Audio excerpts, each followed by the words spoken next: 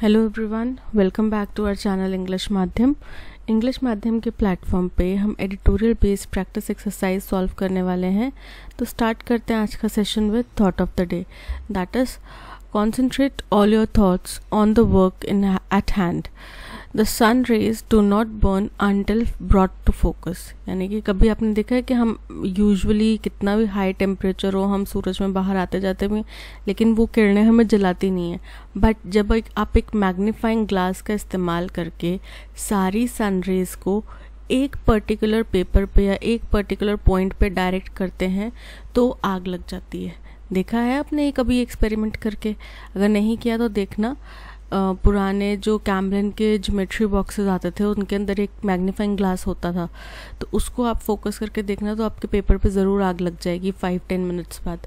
तो वो क्यों होता है? क्योंकि वो सारी की सारी जो स्कैटर्ड किरणें हैं अलग अलग जगह से आने वाली, वो एक जगह पे केंद्रित हो जाती हैं। ठीक है, तो वही वो कह रहे हैं कि अपना सारा का सारा ध्यान जो है, जो आप कार्य कर रहे हैं उसमें लगाइए। ठीक है, जिससे कि क्या होगा कि आपका वो कार्य का आउटकम जो है वो बहुत ही ज़्यादा बेहतर निकल कर आएगा। ठीक है, स्टार्ट करते हैं सेशन को। Artisans need a ready market for their products, not just affordable credits. यानी कि जो शिल्पकार हैं उनको एक मार्केट की ज़रूरत है, एक ऐसी व्यवस्था की ज़रूरत है कि उनका सामान आसानी से जो लोग उसको ख़रीदना चाहते हैं उन तक पहुंच पाए, और उनके जो प्रोडक्ट्स हैं उनका और ज़्यादा प्रचार प्रसार किया जाए, ना कि उनको अफोर्डेबल क्रेडिट यानी कि कर्ज नहीं चाहिए कि सस्ती कीमतों पे कर्ज मिल जाएगा, ये मिल जाएगा, वो मिल जाएगा। बिकॉज अगर वो अपना प्रोडक्ट बेच ही नहीं पाएंगे तो वो कर्ज कैसे उतारेंगे? और ये तो फिर वही है ना कि आपके सर के ऊपर ऋण ही तो चढ़ रहा है और तो कोई आपका एफर्ट नहीं लग रहा, मतलब आपको कोई बेनिफिट तो नहीं हो रहा। The PM Vishwakarma scheme approved by the cabinet on Wednesday to help traditional craftspeople and artisans can provide an economic boost to these professionals. बोल रहे हैं प्रधानमंत्री विश्वकर्मा स्कीम एक लॉन्च की गई कैबिनेट द्वारा। ठीक है, और कब की गई? बुधवार को। और इसमें क्या है, इसका पर्पस ये है कि जो हमारे ट्रेडिशनल, यानी कि देखा है ना आपने, कुछ लोग ट्रेडिशनल कुछ काम करते हैं जैसे बांस की टोकरियां बनाना और बांस के कुछ प्रोडक्ट्स बनाना, वो ट्रेडिशनल क्राफ्टमैनशिप है। तो वो जो लोग हैं या फिर जो शिल्पकारी हैं उनको और ज़्यादा इकोनॉमिक बूस्ट यानी कि उनकी फाइनेंशियल सहायता करने के लिए, ताकि वो अपना प्रोफेशनल जो काम है उसको बरकरार रख सके, ये स्कीम लॉन्च की गई। Announced by the Prime Minister Narendra Modi during his Independence Day speech, the scheme, with an outlay of 13,000 crore, provides loans of up to a total of 3 lakh in 2 tranches at a concessional rate of 5%. बोल रहे हैं ये जो scheme प्रधानमंत्री मोदी द्वारा independence day के दिन में लॉन्च की गई थी, इसकी अनाउंसमेंट की गई थी, जिसका टोटल बजट है 13,000 करोड़, और इसके तहत आपको 3 लाख तक का लोन 2 किश्तों में मिल सकता है। और इसमें बहुत ही मिनिमल इंटरेस्ट रेट्स है, मिनिमल तो नहीं है बट बहुत कम इंटरेस्ट रेट है, जो कि कितना है 5% का। It covers individuals from 18 trades such as cobblers, toy makers, laundrymen, barbers, masons and coir weavers. बोल रहे हैं इसमें 15 कैटेगरीज के शिल्पकार या फिर लोग शामिल हैं, जैसे कि कॉबलर्स हो गए, टॉय मेकर्स हो गए, लॉन्ड्रीमैन, बार्बर, मेसन्स, ये सब इसमें शामिल हैं। ठीक है, the government aspects about 5 lakh families to be covered in the first year and 30 lakh families to be covered from the scheme over 5 years. तो बोल रहे हैं गवर्नमेंट का अनुमान है कि अगले 1 साल में तो वो 5 लाख परिवारों को इसके तहत कवर कर लेंगे, और आने वाले 7 साल में, मतलब अगले 5 सालों में 30 लाख फैमिलीज को इससे बेनिफिट मिल जाएगा। But the scheme can help craftspeople and artisans only to the extent of freeing them from the difficulties they now face in accessing affordable credit from the formal banking system. बोल रहे हैं ये scheme जो है ये शिल्पकारियों को, हस्तकारियों को क्या करेगा, उनको एक तरह से जो उनको परेशानी फेस करनी पड़ती है ना कि उनको फॉर्मल जो बैंकिंग सिस्टम है यानी कि जो बैंक्स वगैरह हैं उनसे लोन नहीं मिल पाता, उनसे कर्ज नहीं मिल पाता, तो उसकी उनको सहायता प्रदान करेगी, उनको कर्ज मिल जाएगा. However, the support extended to these struggling artisanal communities could come with its own risk in the way of unintended consequences. बोले लेकिन हम तो ये सरकार ने मान लो ये सपोर्ट करने की मंशा से ये स्कीम लागू करी, लेकिन कुछ ना कुछ इसके कॉन्सिक्वेंसेस भी देखने मिलेंगे. ठीक है, यानी कि जो ऑलरेडी शिल्पकार इनके साथ में जूझ रहे हैं परेशानियों के साथ में, उनको इस स्कीम से भी कुछ ना कुछ कॉन्सिक्वेंसेस देखने मिल सकते हैं जिनका अभी हमें पता नहीं है. The challenges they face are far deeper than just the availability of cheap credit. जैसा कि फर्स्ट लाइन में कहा कि ऐसा नहीं कि उनको सस्ते आप कर्ज दे रहे हैं तो यही उनकी परेशानी नहीं है, उनको कर्ज ही एक समस्या नहीं है, समस्या उनकी और भी ज़्यादा गहरी है. और वो कैसे है? By far the biggest of these that traditional art and craft professionals face is either the lack of patronage for their goods and services in the wider marketplace, or in the case of other trades, a skewed under evaluation of their economic output. बोल रहे हैं कि जो इसमें बहुत बड़ा और सबसे महत्वपूर्ण जो एक परेशानी है वो ये है कि उनके कार्य को संरक्षण नहीं मिलता, पैट्रनेज नहीं मिलता, संरक्षण नहीं मिलता. उनके जो भी गुड्स एंड सर्विसेज वो दे रहे हैं उसको कुछ संरक्षण नहीं मिलता, किसी भी प्रकार का सपोर्ट नहीं मिलता. और दूसरी चीज़ ये है कि इसमें ज़्यादा विषम इवैल्यूएशन, मतलब उनकी जो भी काबिलियत है उसका मूल्यांकन जो है वो बहुत कम लगाया जाता है, जो कि उनके इकोनॉमिक आउटपुट का मेल नहीं खा पाता. अब आपने देखा होगा कि हम यूजुअली क्या करते हैं, बड़े बड़े रेस्टोरेंट्स में, कैफ़ेज़ में जाएंगे, खाना खाएंगे, वहाँ पे हज़ारों का बिल हम दे देते हैं. बट जहाँ बात आती है इन गरीब लोगों से सामान खरीदने की, हम लोग बहुत ज़्यादा बार्गेन करते हैं. अगर उन्होंने 500 रुपये चीज़ बोली है तो जब तक हम वो 200 में नहीं लेकर आएंगे तब तक हम अपने आप को शेर नहीं समझते. और जिसने 200 में ले लिया वो उसको ब्रैग भी ऐसे करता है जैसे पता नहीं कितना बड़ा तीर मान लिया.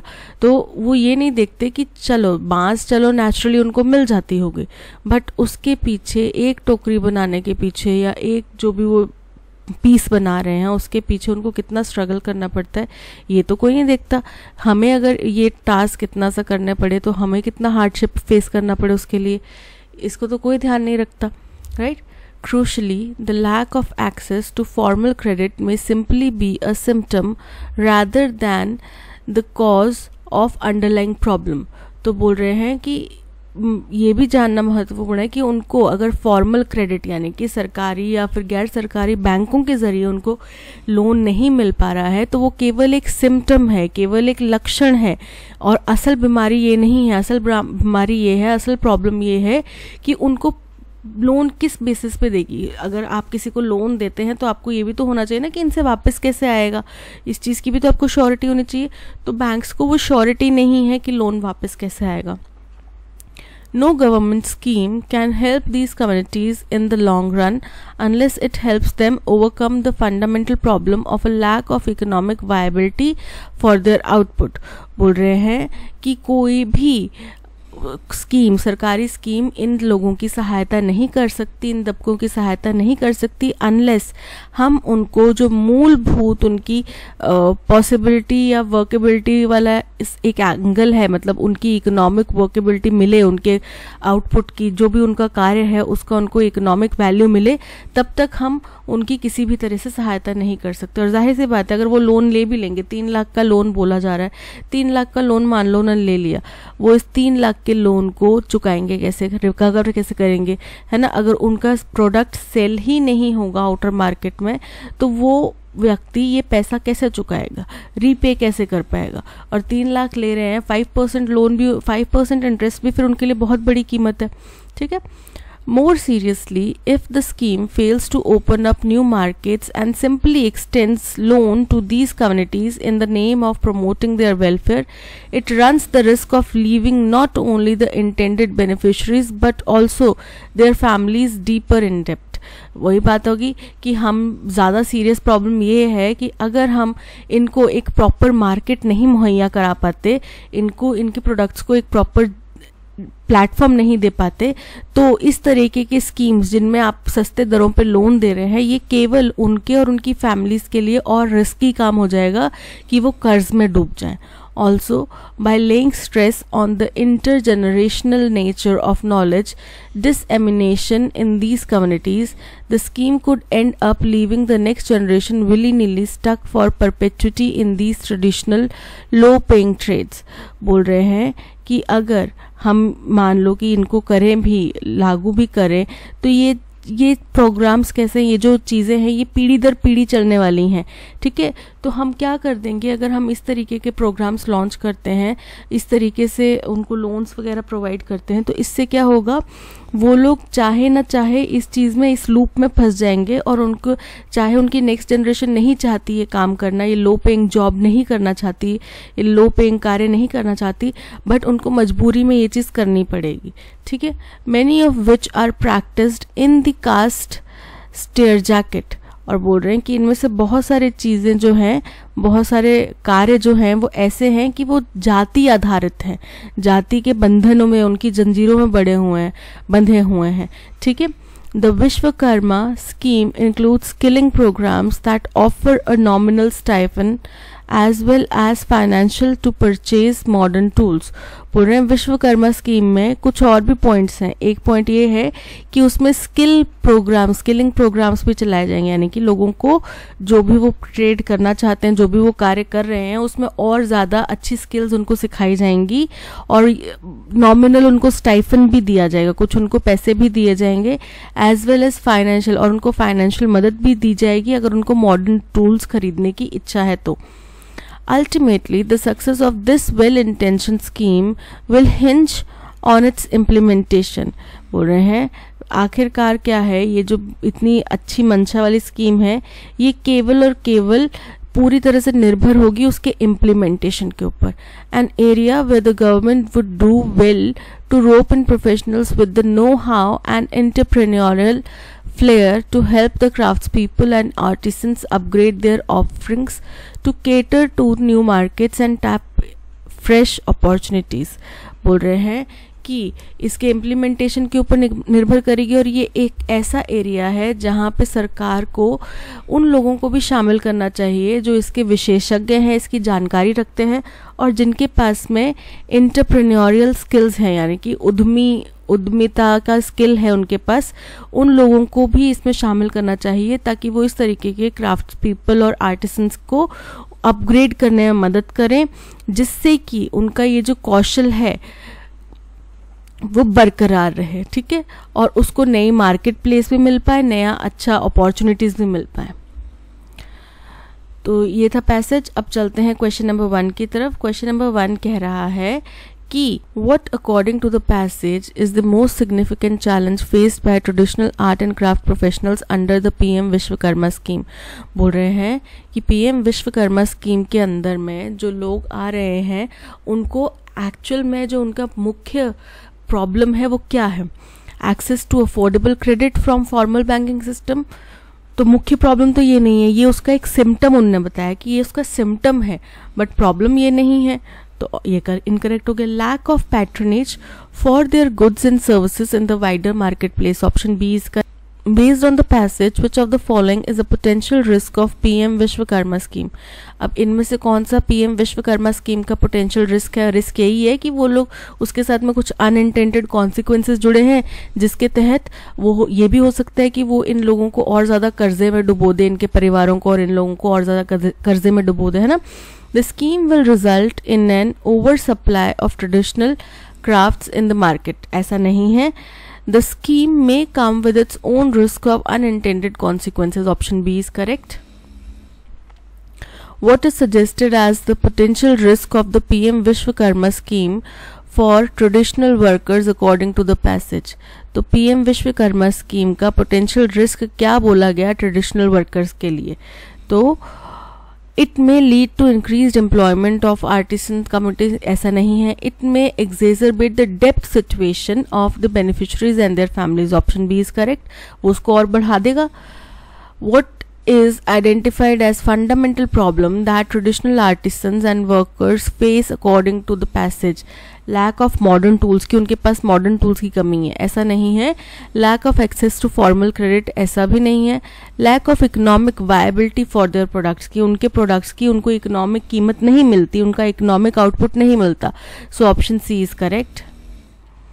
In the passage, what does the term unintended consequences imply with respect to PM Vishwakarma scheme?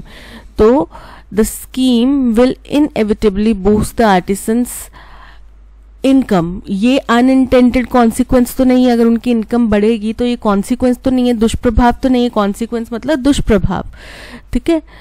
The scheme may lead to outcomes that were not anticipated and may not be beneficial. Possibility है. Option B is correct. What is the main theme of the passage? The importance of skilling programs for artisans, the need for affordable credit among national workers, among traditional workers, the potential risk and shortcomings of PM Vishwakarma scheme for traditional workers. Option C is correct. Which of the following words is the synonym for concessional? concession मतलब होता है कुछ discount, कमी करना, discount करना. तो option A discounted is correct. Prohibit मतलब होता है वंचित करना, मतलब बैन करना. कंपल्सरी मतलब जरूरी. फॉरबिडन मतलब जिसके लिए आपको मना किया गया हो. So option A discounted is correct. Patronage, patronage का मतलब होता है सपोर्ट्स करना, ठीक है. तो इसका हमें एंटोनिम बताना है. तो सपोर्ट करना, स्पॉन्सर करना, फेवर करना, ये सारे इसके क्या है, सिनोनिम है. नेग्लेक्ट मतलब नजरअंदाज करना, ऑप्शन बी इसका एंटोनिम है. In the following question out of the 4 alternatives choose the one which can be substituted for given words, यानी कि 1 word सब्स्टिट्यूट करना है, ठीक है. A person who is indifferent to pleasure and pain, कोई ऐसा व्यक्ति जिसको खुशी गम का, इन चीज़ों का कोई फर्क नहीं पड़ता. उसको खुशी है तो भी उसका चेहरा वैसे ही है, कोई एक्सप्रेशन नहीं, और गम है तो भी उसका चेहरा वैसे ही है, कोई एक्सप्रेशन नहीं. डिस्टिट्यूशन, डिस्टिट्यूशन का मतलब होता है अभाव, किसी चीज़ की कमी. स्टोइक, स्टोइक मतलब वैसा व्यक्ति जिसको खुशी गम का कोई फर्क नहीं पड़ता. So option B is correct. Extempore, extempore का एक तरह का डिबेट या स्पीच कंपटीशन होता है जिसमें आपको टॉपिक ऑन द स्पॉट एक बाउल में से चुन के या फिर ऑन द स्पॉट दिया जाता है, ठीक है. तो वो होता है एक्सटेम्परे. रेलीगेट, रेलीगेट मतलब होता है रिड्यूस करना, किसी निचले स्तर तक रिड्यूस कर देना. So option B stoic is correct. One who compiles a dictionary, अब जो व्यक्ति डिक्शनरी कंपाइल करता है उसको बोला जाता है लेक्सिकोग्राफर, ठीक है, जो कि यहाँ पे ऑप्शन सी में दिया गया है, lexicographer. Option C is correct. Morse, morse मतलब एक किसी पर्टिकुलर वर्ग की कुछ कस्टम्स और उनकी हैबिट्स, उसको बोला जाता है मोर्स. इनएडमिसिबल, इनएडमिसिबल का मतलब होता है अस्वीकार्य, और इटर्नल मतलब होता है विदाउट एंड और beginning. So option C lexicographer is correct. An agreement between 2 countries और ग्रुप्स टू स्टॉप फाइटिंग, क्या बोला जाता है उसको, ceasefire. Option A is correct. Secularism, जिसमें सब धर्मों को बराबर माना जाता है, उसको बोला जाता है सेक्युलरिज्म. मैनुअल मतलब हाथ से करना, मैनुअली करना, ठीक है. या फिर मैनुअल ये भी हो सकता है कि कोई बुक जिसमें आपका मतलब जो मैनुअल होता है ना किसी कंपनी का, या किसी जैसे आपने कुछ नया डिवाइस लिया तो उसके साथ में उसका मैनुअल आता है कि आपने इसको किस तरीके से यूज़ करना है, तो वो इंस्ट्रक्शन का सेट जो होता है उसको बोला जाता है मैनुअल. कॉन्वॉय, कॉन्वॉय आर्मी का कॉन्वॉय गया, यानी कि आर्मी का काफिला मूव कर रहा है एक, ठीक है. सो option A cease fire is correct. More attention have been spent over the past week on the question posed to Prime Minister Narendra Modi in Washington than on the answers he gave at what was incorrectly billed an unprecedented press conference.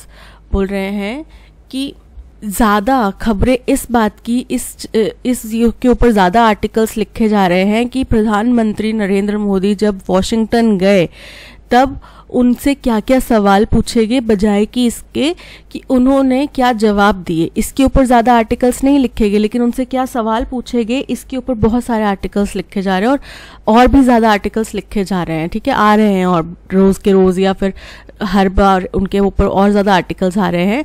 और ये एक ऐसी incorrectly build, यानी कि एक गलत news एक गलत टर्म दी जा रही है कि अनप्रेसिडेंटेड प्रेस कॉन्फ्रेंस हुई, यानी कि अद्वितीय, मतलब ऐसी पहले कभी भी नहीं हुई प्रेस कॉन्फ्रेंस, ऐसी प्रेस कॉन्फ्रेंस हुई। तो he has also discontinued the practice of prime ministers taking journalists on Air India One for foreign trips। बोल रहे हैं उन्होंने ये जो प्रथा थी, ये जो प्रचलन था कि प्राइम मिनिस्टर के साथ में जर्नलिस्ट भी एयर इंडिया वन में फॉरेन ट्रिप्स के लिए जाते थे, वो प्रथा भी उन्होंने बंद कर दी। Previous prime ministers would hold on board press conferences to save time, often having to shout over the hum of the aircraft as we journalists struggled to write notes amid the turbulence। बोल रहे हैं कि इससे पहले भी जो पिछले प्रधानमंत्री रहे हैं उन्होंने भी फ्लाइट में बैठ के प्रेस कॉन्फ्रेंसेस की हैं, ठीक है, और कई दफ़ा उनको बहुत ऊंची आवाज़ में भी बोलना पड़ता था क्योंकि एयरक्राफ्ट की आवाज़ के अंदर वो आवाज़ें नहीं सुनाई देती थी उनकी, ठीक है, और क्योंकि हम जर्नलिस्ट जो हैं वो टर्बुलेंस की वजह से लिखने में स्ट्रगल करते थे, तो इन दोनों कारणों से उनको कई बार चिल्लाना भी पड़ता था। Unlike his predecessors, Mr. Modi does not address press conferences in India। बोल रहे हैं जैसे कि उनसे पहले जो भी प्रधानमंत्री रहे हैं वो प्रेस कॉन्फ्रेंस किया करते थे, है ना, और उसके अंदर अपने उनके सवालों के जवाब और देश की जनता को संबोधन सब होता था, लेकिन प्रधानमंत्री मोदी ये सब कुछ भी नहीं करते, ठीक है। अब फर्स्ट तो हमारा स्टेटमेंट हो गया जहाँ पे इस पैसेज की शुरुआत हो रही है, वो हो रही है more column inches have been spent, यानी कि हाँ पहले बताया गया कि वो कहाँ गए, वॉशिंगटन गए, और वहाँ पे जो भी उनसे सवाल पूछे गए उसके ऊपर बहुत ज़्यादा आर्टिकल्स लिखे जा रहे हैं उनके जवाबों के बजाय। और दूसरी चीज़ जो उन्होंने प्रेस कॉन्फ्रेंस करी थी उसको भी ऐसा बताया जा रहा है इनकरेक्टली बिल्ड, यानी कि ऐसा बताया जा रहा है, झूठा ऐसा बताया जा रहा है कि ऐसा पहले कभी नहीं हुआ, जबकि ऐसा सही नहीं है। इनसे पहले भी जो प्रधानमंत्री रहे हैं कई, उन्होंने प्लेन में बैठ के प्रेस कॉन्फ्रेंसेस की हैं, ठीक है। तो ये लाए है एक, तो ये फर्स्ट स्टेटमेंट हो गया। अब पी से देखो कौन कौन से स्टेटमेंट स्टार्ट हो रहे हैं पी की ओपनिंग से, ए, बी और डी, यानी कि एस तो सी तो एलिमिनेट हो गया। इसके बाद में सेकंड हमारा जाता है कि उनके इससे पहले जो प्रधानमंत्री थे उनके अनुसार विपरीत प्रधानमंत्री ने क्या किया, वो प्रेस कॉन्फ्रेंसेस इंडिया में करते ही नहीं, उन्होंने हटा दी ये चीज़। तो ये हो गया सेकंड पॉइंट, ठीक है। थर्ड पॉइंट हो जाता है हमारा जहाँ पे बोलते हैं कि उन्होंने ये प्रथा भी हटा दी जब जर्नलिस्ट को अपने साथ लेके जाया जाता था फॉरेन ट्रिप्स पे, ये प्रथा भी उन्होंने हटा दी। बोल रहे हैं इससे पहले के जो प्रधानमंत्री रहे हैं वो क्या करते थे, वो उन्होंने भी ऑन बोर्ड ये करी हैं, मीटिंग्स करी हैं, कॉन्फ्रेंसेस करी हैं, जिसमें उनको कई बार चिल्लाना भी पड़ता था। तो हमारा अरेंजमेंट बन रहा है APSQR। There is little doubt that India was the Mahalanobis era, is in the Mahalanobis era nearly 5 decades prior to his passing on June 28, 1972। तो बोल रहे हैं कि इस बात में कोई भी डाउट नहीं है कि जून 28, 1972 पे पीसी महलनोबिस के मरने से 5 साल पहले तक इंडिया जो है वो महलनोबिस एरा में जी रहा था, ठीक है। Today, in the midst of shifting socio-economic dynamics in post-pandemic India, he is greatly missed। बोलते हैं आज के जो हालात हैं जहाँ पे हमारा जो सोशो-इकोनॉमिक स्ट्रक्चर है वो चेंज हो रहा है, शिफ्ट हो रहा है, चेंज हो रहा है, उस दौर में कब, जब पेंडेमिक के बाद की जो स्थिति है उसके बारे में बता रहे हैं कि हमारा सोशल स्ट्रक्चर भी लोगों का चेंज हो रहा है, सोसाइटी भी हमारी चेंज हो रही है और इकोनॉमिक स्ट्रक्चर भी हमारे देश का चेंज हो रहा है। तो ये दोनों चीज़ें चेंज होने से हम आज उनकी कमी को बहुत ज़्यादा खल रही है, हमें उनकी कमी, हम उनको बहुत ज़्यादा याद कर रहे हैं।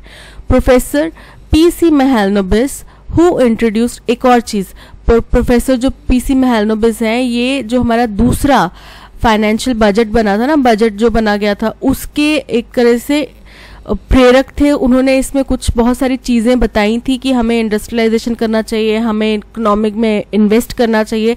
तो ये एक इस तरीके के प्रोफेसर थे जिन्होंने हमारा जो सेकंड बजट था उसको प्लान करने में हेल्प करी थी। Who introduced statistic to India is a scientist whose absence is felt dearly even today।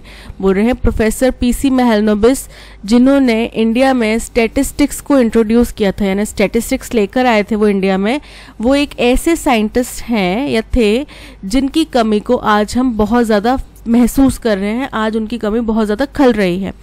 Mahalanobis's lifelong courtship with statistic, his unwavering and fearless leadership to advance a statistic and survey culture in India।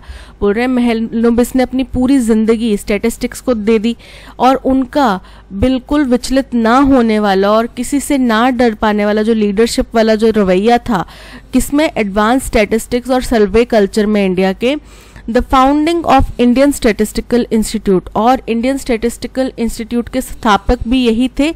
A mighty monument of his handicraft, और बोल रहे ये Indian institute of statistical Indian statistical institute जो है ये क्या है, ये उनके ही सपनों का एक नक्शा है, ब्लूप्रिंट है। And his nurturing of a generation of outstanding academicians have all left behind an enduring legacy।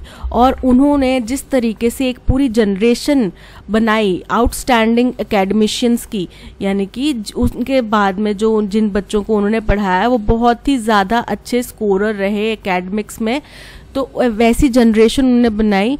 ये सब चीज़ें क्या हैं, वो अपने पीछे एक लेगेसी छोड़ गए हैं।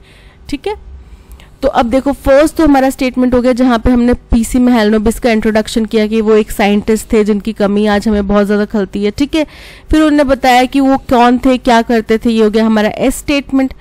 फिर आता है पी स्टेटमेंट कि इसमें कोई दो राय नहीं है कि उन्होंने इतना इंड्योरिंग लेगेसी बनाई, तो इसमें कोई दो राय नहीं है कि जब वो जून 28 में मरे तो उससे 5 साल पहले तक भी, 5 दशक पहले तक हम लोग क्या थे, हम लोग उनकी ही एक एरा में जी रहे थे, यानी कि वो उन्हीं का उस टाइम पे दबदबा था, उन्हीं के बारे में ज़्यादा सब चीज़ें उन्हीं के इर्द गिर्द घूम रही थी टुडे। और फिर लास्ट आ जाता है हमारा क्यू पॉइंट, जहाँ पे आज के दिन की पहले हमने पास्ट की बात करी, फिर हम आज के दिन की बात करें कि आज उनकी कमी हमें बहुत ज़्यादा खलती है, क्योंकि हमारी समाज और हमारा इकोनॉमिक स्ट्रक्चर जो है चेंज हो रहा है, और वो एक स्टेटिस्टिक थे, इकोनॉमिस्ट थे, तो वो हमें इसके बारे में बहुत अच्छी जानकारी दे सकते थे। ठीक है, तो हमारा अरेंजमेंट बन रहा है RSPQ। Option B is correct. The National Institutional Ranking Framework NIRF adopted by the Ministry of Education, बोल रहे हैं जो नेशनल इंस्टीट्यूशनल रैंकिंग फ्रेमवर्क है जो मिनिस्ट्री ऑफ एजुकेशन अपनाती है to rank institutions of higher education India, shows a noteworthy failure of Tamil Nadu. बोल रहे हैं ये क्या करती है, ये रैंक करते हैं हायर एजुकेशन जो है इंडिया में उसको, और इससे पता चलता है कि तमिलनाडु में जो फीचर है वो काफ़ी तरीके, noteworthy feature of Tamil Nadu, Tamil Nadu का एक बहुत ही महत्वपूर्ण फीचर ये दर्शाता है। The Tamil Nadu experience in congruence with the state's motto of development with social justice offers an important insight for other states।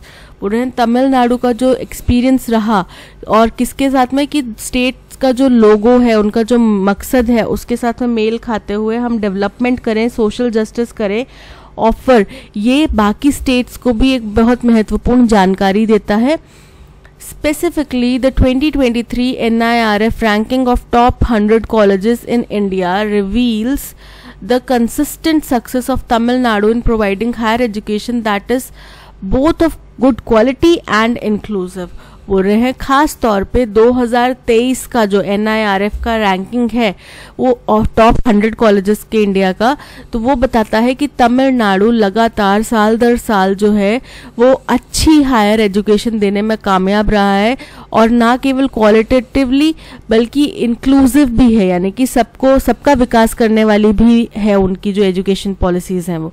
ठीक है, फर्स्ट हमारा जो स्टेटमेंट है वो है पी, जहाँ पे नेशनल इंस्टीट्यूट रैंकिंग फ्रेमवर्क का एक जिक्र किया गया है। ठीक है, अब इसके बारे में आगे क्या बताया गया कि ये क्या करता है, रैंक करता है हायर एजुकेशन को। ये हो गया सेकंड पॉइंट।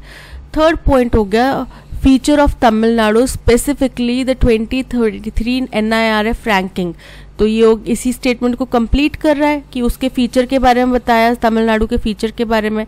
और फिर फोर्थ स्टेटमेंट हो गया कि तमिलनाडु जो है उनका स्टेट मोटो के साथ में कॉन्ग्रेंस में काम चल रहा है, और किसके ऊपर, सोशल जस्टिस को डेवलप करने के ऊपर, और इससे हम बाकी स्टेट्स को भी एक बेहतर जानकारी मिलती है, बेहतर एक नज़रिया मिलता है कि वो कैसे काम करें। ठीक है, तो अरेंजमेंट बन रहा है पी, PQSR, PQSR जो है वो है हमारा ऑप्शन डी, इसलिए option D is correct.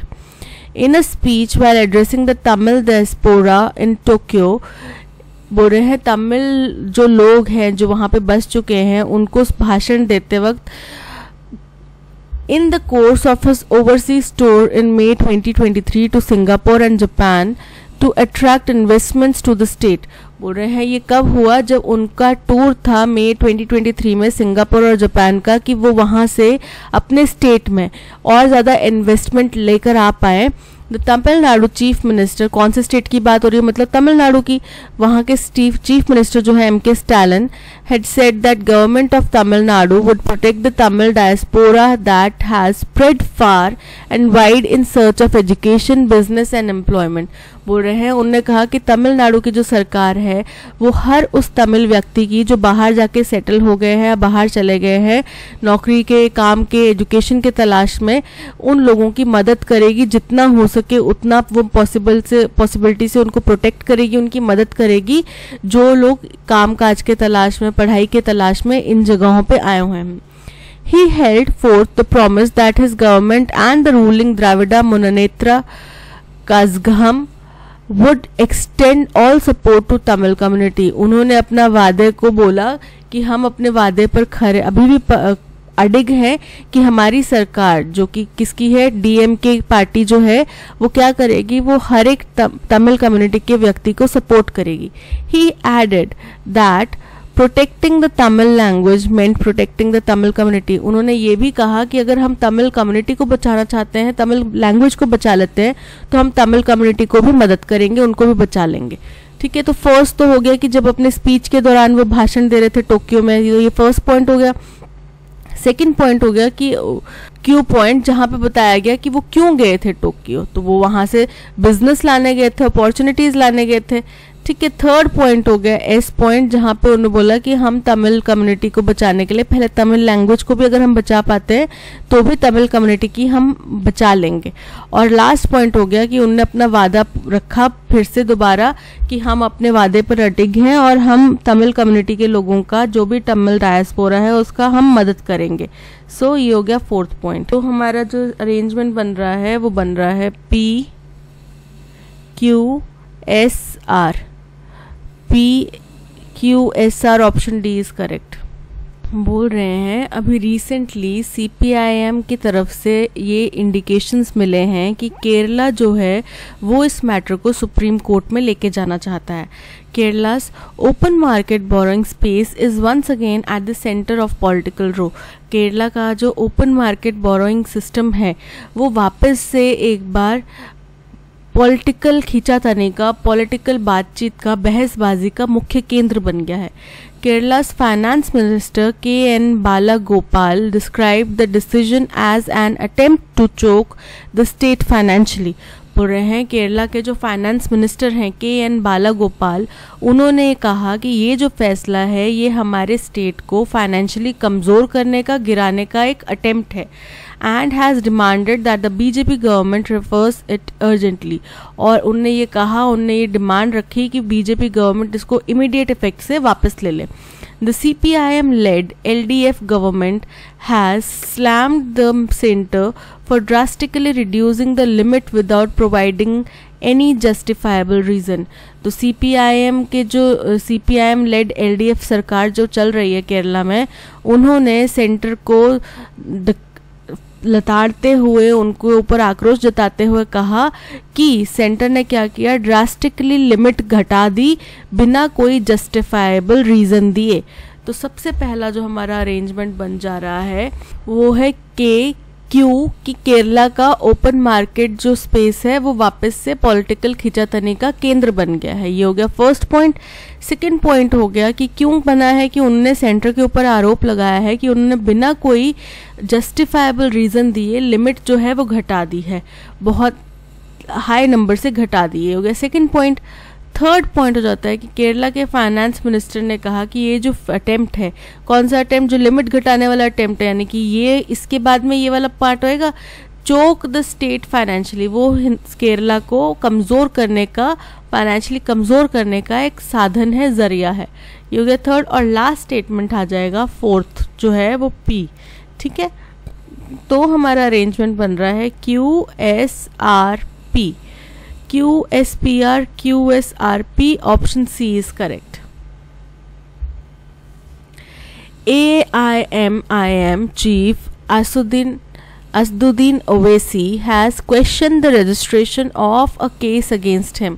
AIM के चीफ जो हैं असदुद्दीन ओवैसी, उन्होंने इस बात के ऊपर सवाल उठाए हैं कि उनके अगेंस्ट जो केस रजिस्टर किया है वो वैलिड है या नहीं है, maintaining that Delhi police are displaying both sidism due to their fear of prosecuting the former BJP functionaries in isolation।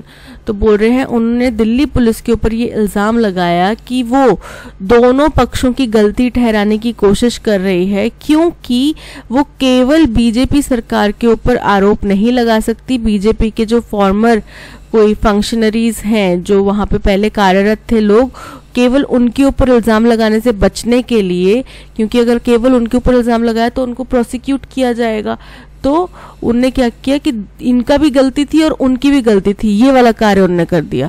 Usually both साइडिज्म जो है वो मीडिया के लिए टर्म यूज़ की जाती है, क्योंकि वो क्या करना चाहते हैं, वो दोनों में से किसी भी पार्टीज के साथ में या दो जो उन्हें गेस्ट बुलाए हैं, यूजुअली पार्टीज के ही डिबेट चलते हैं आजकल जो हम देख रहे हैं वो, तो वो दोनों पार्टियों से बिगाड़ना नहीं चाहते, तो वो ये कर देते हैं कि भाई देखो आपकी गलती है तो मैं आपको बोलूंगा, आपकी गलती है तो आपको बोलूंगा, मुझे इस केस में दोनों गलत लग रहे हैं। ठीक है, वो हो गया बोथ साइडिज्म।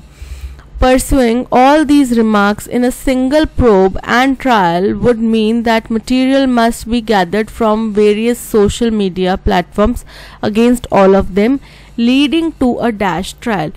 बोल रहे हैं कि अगर हम इस पूरे ट्रायल्स को, पूरे प्रोब को, ट्रायल को एक ही प्रोब में कंसिडर करना चाहते हैं, तो हमें सबसे पहले सबूत इकट्ठे करने पड़ेंगे, और ये केवल एक आधी जगह से नहीं, सारे सोशल मीडिया प्लेटफॉर्म से उनके अगेंस्ट में सबूत इकट्ठे करने पड़ेंगे, जिसके कारण डैश ट्रायल हो सके। The tactic of putting a part of a larger plot spin on specific offenses is not new। बोल रहे ये जो प्रचलन है जिसमें क्या किया जाता है कि एक बड़े से आरोप का कुछ हिस्सा जो है एक पर्टिकुलर पार्ट के ऊपर डाल दिया जाता है, सारा फोकस उसके ऊपर डाल दिया जाता है। ठीक है, और ये कोई नई बात नहीं है, पहले से चला आ रहा है। The Bhima Koregaon case was dashed into a perpetrated conspiracy to dash a Maoist insurrection।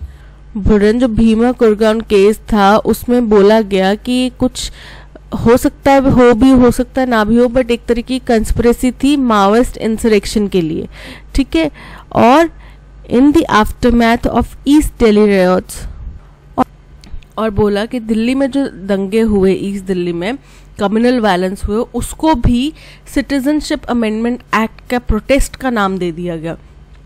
If the idea was to open up the larger field of political dissent in those cases, the strategy now seems to be to drag those who made vocal responses into the criminal ambit so that the original offense appears dash।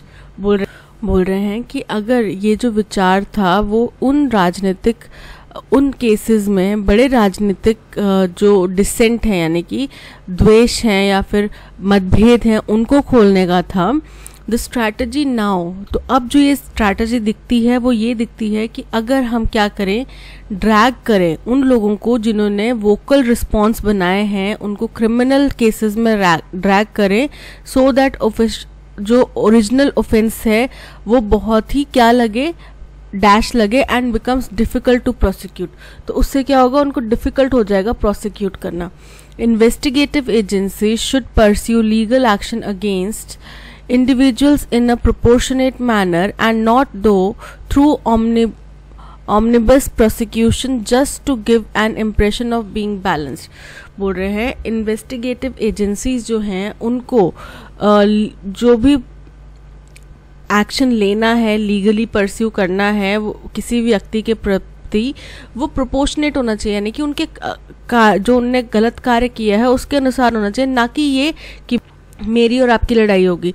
अब आपने मेरे ऊपर attack किया हो तो मैंने अपने self defence में आपको मारा, लेकिन अगर ये बोल दिया जाए कि अब हम एक को पकड़ेंगे, आप दोनों ने लड़ाई करी है ना, मारा तो आपने भी है, तो हम एक को पकड़ेंगे दूसरे को नहीं पकड़ेंगे, अच्छा नहीं लगता, ठीक नहीं लगता, तो हम क्या करते हैं, बैलेंस बनाने के लिए दोनों को सजा दे देते हैं। तो ये तो कोई भी इंसाफ नहीं हुआ, राइट। ये तो आप केवल साइडिज्म जो बात कही जा रही है उसका एक प्रारूप पेश कर रहे हो, ठीक है। चलिए फर्स्ट देखते हैं, leading to a dash trial. अब कैसा ट्रायल होगा, अनजस्टिफाइड यानी कि गलत ट्रायल होगा जिसमें जस्टिस नहीं मिल पा रहा है, ऐसा ट्रायल होगा। प्रोलॉन्ग मतलब बड़े लंबे समय से चलने वाला जो है वो ट्रायल होगा। अनवारंटेड वो जस्टिफाइबल या ऑथराइज नहीं होगा, ठीक है। अनफिनिश यानी कि ख़त्म नहीं हुआ अभी इसमें फैसला आना बाकी है। सो यहाँ पर ऑप्शन आएगा प्रोलॉन्ग यानी कि लंबे समय से चलने वाला है, लंबे समय तक चलने वाला। Option B is correct. तो बोल रहे हैं जो भीमा कोरेगान केस वॉज था वो क्या था, ऑथराइज था यानी कि लीगली वैलिड था, परमिटेड था, उसकी इजाज़त दी गई थी। ट्रांसमोग्रिफाइड इसका मतलब होता है कि वो क्या था, विशेषकर पूरी तरीके से बदलने वाला था। किस चीज़ को, परपेट्रेटेड कंस्पिरेसी को, यानी कि जो कंस्पिरेसी बताई जा रही थी असल में थी नहीं थी पता नहीं, बट एक कंस्पिरेसी बताई जा रही थी कि ये क्या है, to dash a Maoist insurrection, यानी कि माओइस्ट एक रिबेल है, तख्ता पलट करने की कोशिश, या रिबेल है या फिर बेसिकली तख्ता पलट करने की कोशिश है। तो ये कंस्पिरेसी बताई जा रही थी, तो इसकी क्या अथॉरिटी दी जाएगी, परमिशन दी जाएगी, इसके लिए ट्रांसमोग्रिफिकेशन होगा यानी कि कुछ विशेष रूप से चीज़ें बदल जाना। So option C is correct. Into a perpetrated conspiracy to dash a Maoist dwelling मतलब किसी चीज़ को बनाना, ठीक है। एनॉर्मस मतलब बहुत बड़ी। फॉमेंट मतलब किसी विद्रोह की, किसी डिस्कंटेंट की तैयारी, रिवोल्ट की तैयारी करना या उसके लिए किसी को उकसाना। So option C foment is correct. If the idea was to open up larger field of political dissent in those cases, who made vocal responses into criminal ambit so that the original offense appears dash required ज़रूरी लगे। unsettled यानी कि अभी तक उस चीज़ का भरपाई नहीं हो पाई है, वो केस कैंसिल नहीं हुआ है, क्लोज नहीं हुआ है। डाइल्यूटेड मतलब थोड़ा कम होता हुआ दिखाई दो। और डेवस्टेशन का मतलब होता है विनाश या बर्बाद करना, ठीक है। तो यहाँ पे हम क्या कर रहे हैं, उस केस को कमज़ोर करने की बात कर रहे हैं, डाइल्यूट करने की बात कर रहे हैं। So option C is correct. आज के सेशन में इतना ही। इस सेशन की पीडीएफ और ऑडियो एक्सप्लेनेशन आपको टेलीग्राम चैनल में मिल जाएगी। इसके अलावा आप प्ले स्टोर से हमारी ऐप भी डाउनलोड कर सकते हैं, उसका लिंक भी आपको डिस्क्रिप्शन में दे दिया गया है। Thank you so much for watching. मिलते हैं नेक्स्ट सेशन में। टिल देन लाइक शेयर और सब्सक्राइब ज़रूर कीजिएगा और keep learning and keep practising. Bye bye.